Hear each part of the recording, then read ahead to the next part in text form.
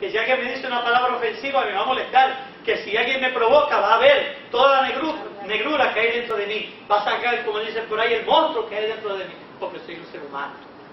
Pero la oración me ayuda a apaciguar esas situaciones.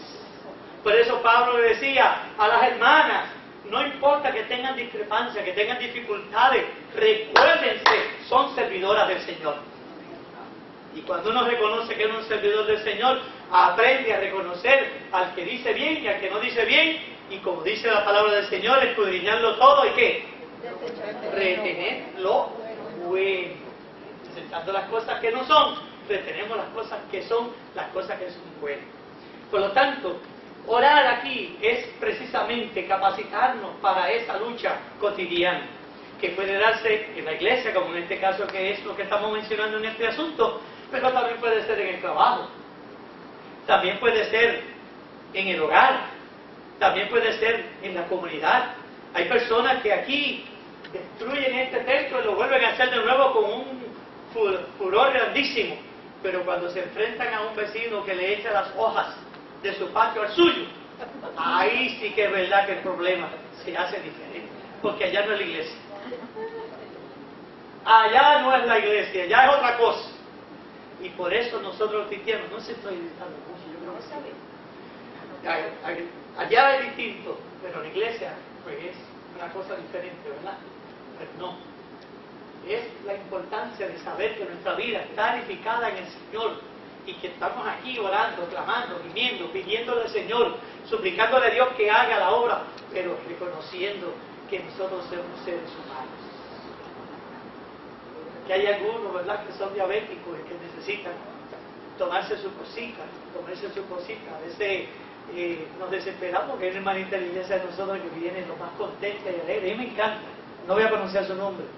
Y viene a veces con su guicharo de plástico y se le cae y ya hace un revolú tremendo. Pero está ahí, ¿verdad? Está ahí, está alabando al Señor, está glorificando su nombre. Gloria. Está bendiciendo el nombre del Señor, está ensalzándole, ¿verdad? Y a veces usted lo oye, no es hablar de que está buscando que se va a comer, el celofán, y yo digo, Dios mío, puede ser que le vuelva a dar un papelito o algo más, ¿verdad? ¿Verdad? Que acá me lo cuido, pero hay que tolerar en el amor del Señor, porque eso es, somos humanos y oramos por eso, ¿verdad? Y oramos por su salud, y oramos por su vida, y oramos para que en todas las cosas Dios le ayude, pues tenemos que tolerar los cuidados también. ¿Sí? Aquí había una hermana que venía, se sentaba por la parte de allá, que decía, ¡aleluyota!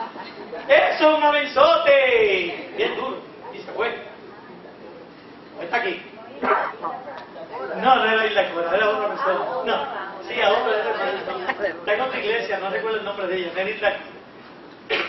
No.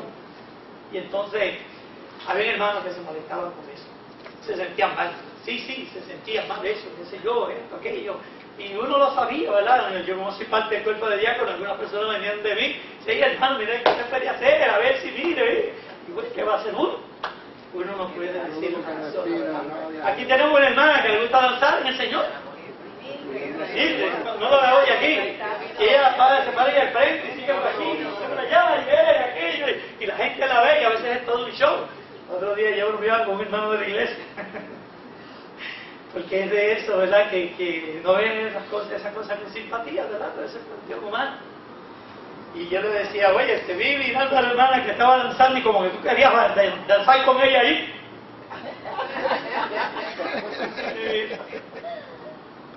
Miren, hermano, eso es lo bueno de la oración. De eso estamos hablando, ¿verdad que sí?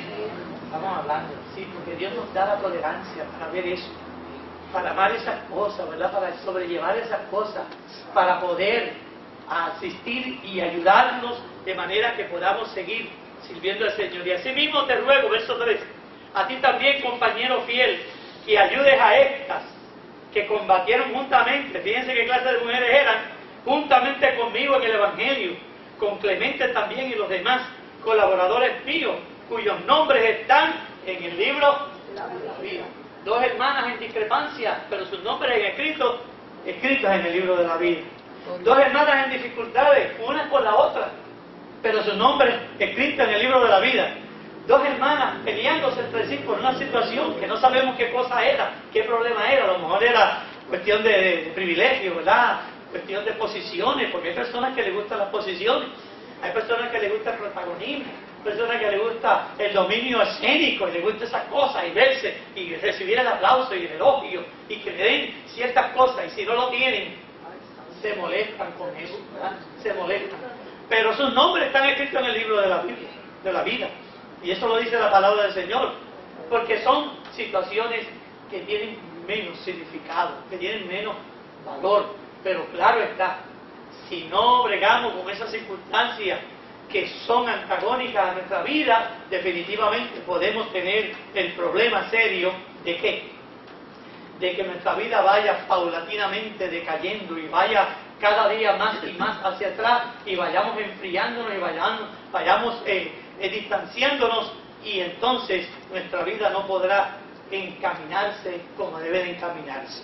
Y ahí es la importancia, como dice el apóstol Pablo, a ti te digo que les ayudes. Fíjense como dice, ¿verdad? Ayúdalas, ayúdalas. O sea, si tú conoces en la iglesia que un hermano que tiene una discrepancia con un hermano, pues hay que ayudarlo, ¿verdad? Hay que ayudarlo, seguro, de alguna manera hay que ver, hay que tener una palabra, algo, que Dios, que tú cuando estás en oración, cuando estás allá meditando profundamente, Señor, ayúdame en esto, en qué forma yo puedo ayudarle, en qué forma puedo, ¿verdad? Dirigir, tienen al pastor encejado allí, abren la puerta. ¿Sí? Que te bendiga, pastor. Dejaron la puerta. Eso fue Roberto para que nadie entrara. Miren, es una cosa muy digna, ¿verdad? Es que nosotros podamos de alguna manera intervenir en estas situaciones, porque la palabra dice que nosotros podemos ayudar a los hermanos que combaten con nosotros, que juntamente llevamos el Evangelio y que juntamente estamos en la esperanza de que un día estaremos con el Señor para siempre. Alabado sea el Señor. Parece que el Señor no quiere que el pastor me diga nada. No quiere que... Esto es importante, hermanos. Esto es importante. Yo le digo una cosa, hermanos. Cuando yo llegué a esta iglesia hace más de 10 años, que llegué aquí, a esta congregación, pasaron aquí una serie de situaciones que todos ustedes conocen, ¿verdad? Esta iglesia estaba en un proceso de desarrollo y de cambio, y estaban en unas decisiones, ¿verdad?, en términos conciliares, etcétera, etcétera, que de alguna manera traían, ¿verdad?, sosiego, traían un poco de conturbación, y traían un poquito de ansiedades. ¿Por qué? Porque eran grupos y cuerpos, ¿verdad?, mentes y personajes que estaban en unas posiciones distintas. Y cuando uno llega así de momento, llega a una situación como esta, como pasó, digamos, con la iglesia de Filadelfia, ustedes la conocen también, me encontraba a veces con personas que venían con un poco de carga, de emoción, y decían, yo me voy, yo no puedo resistir eso. Yo pues definitivamente les he exhortado, ¿verdad?, a que siguieran adelante sirviéndole al Señor, porque nosotros le servimos al Señor. Nosotros no le servimos a nadie, ni al concilio, ni le servimos a nosotros a instituciones. Nosotros le servimos al Señor. Le servimos al Señor. Nosotros llevamos el peso, llevamos la carga, llevamos la responsabilidad. Tenemos la gallardía de mantener nuestra posición en el lugar que corresponde para que Dios se glorifique grandemente. Y una de las primeras cosas que yo aprendí a ver en esta congregación fue precisamente eso. Cómo esta congregación, en medio de esa circunstancia y de esa situación en la cual tenían que tomarse decisiones muy importantes, muy significativas, la iglesia se mantuvo en su lugar, con excepción de uno que otro, ¿verdad? Pero la iglesia como tal se mantuvo en el lugar que le correspondía mantenerse. Eso es el fruto ¿de qué? De la iglesia que ora, de la iglesia que clama, de la iglesia que está mirando para arriba, mirando al Señor, esperando la dirección del Señor, esperando la guianza del Señor y sobre todo el consejo en las decisiones cruciales que hay que tomar. La iglesia es un cuerpo vivo, y como es un cuerpo vivo, es un cuerpo de energía, de afecto.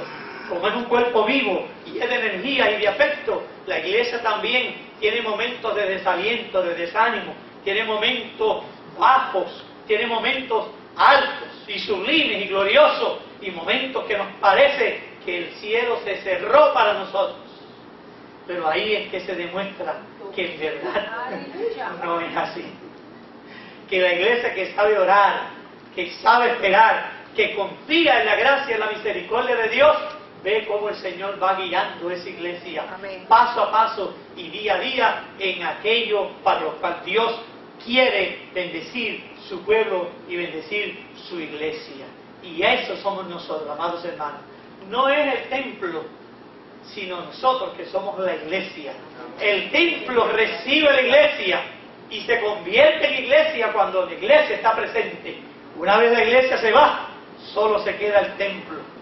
Nada más que el templo, porque ni tan siquiera el Señor se queda aquí. Él se va con nosotros, porque Él dice que Él habita el templo no hecho de mano, de hombre, sino habita en el corazón nuestro. Ese es el templo del Señor. Amén. Ese es el templo del Señor. Por eso cuando tú estás solo en tu carro, o estás solo en la cocina, o estás solo en el baño, o estás solo en el camino, tú no estás solo, estás en el templo. En el templo tuyo está el Señor y tú lo estás adorando cuando canta una alabanza, cuando alabas el nombre del Señor, cuando le dices a otro la grandeza de su amor y su misericordia, cuando tú invocas al Señor, cuando dices Señor, libra a este niño de lo que le va a suceder. Ahí estás obrando para la gloria del Señor, porque eso va dentro de ti, eso está dentro de ti. No es cuando llegas aquí que lo vas a recibir, no. Tú vienes aquí para darle gracias a Dios por todas las cosas que tú has tenido, sean buenas o sean malas, sean agradables o sean desagradables, sean las que hemos querido o las que no hemos querido, pero hemos venido a darle gracias a Dios por ello. Y esa es la grandeza del amor de nuestro Dios. Amén. Amén. Esa es la grandeza. Bendito sea su nombre. Y dice más: regocijaos en el Señor siempre. Otra vez, regocijaos. Es muy difícil, ¿verdad?, nosotros hablar mucho de este pasaje, porque este pasaje es muy controversial. Es un texto que realmente, como dice el pastor nuestro, le hace preguntas. Uno le hace preguntas al texto, ¿verdad? ¿Por qué razón? Porque los cristianos somos de carne y hueso, como les dije al principio. Fíjense que cuando empecé a hablar con ustedes, comencé, como dicen por ahí, pajareando, ¿verdad? Hablando de una serie de cosas, etcétera, etcétera, con el propósito de traerlos a donde Dios quería llevar, a lo que es este culto, por lo cual nosotros nos reunimos aquí para la adoración. Y una de las cosas que yo mencioné definitivamente fue el acto de la vida, porque nosotros le damos gracias a Dios por la vida, y el Señor Jesucristo nos enseñó a nosotros, ¿verdad?, que Él vino a darnos vida, y vida de que de abundancia, y ninguno de nosotros desea menos que eso.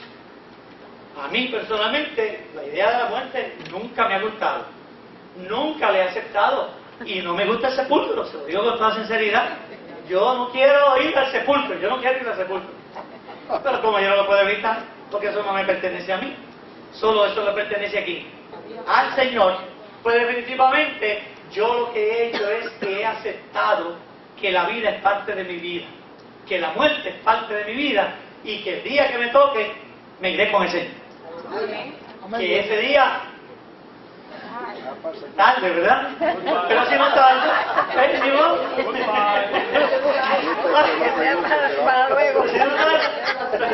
pero yo no, realmente en lo personal, se lo digo con toda sinceridad, a mí no me gusta la muerte, la idea de la muerte no me gusta. Yo estuve en Cuba,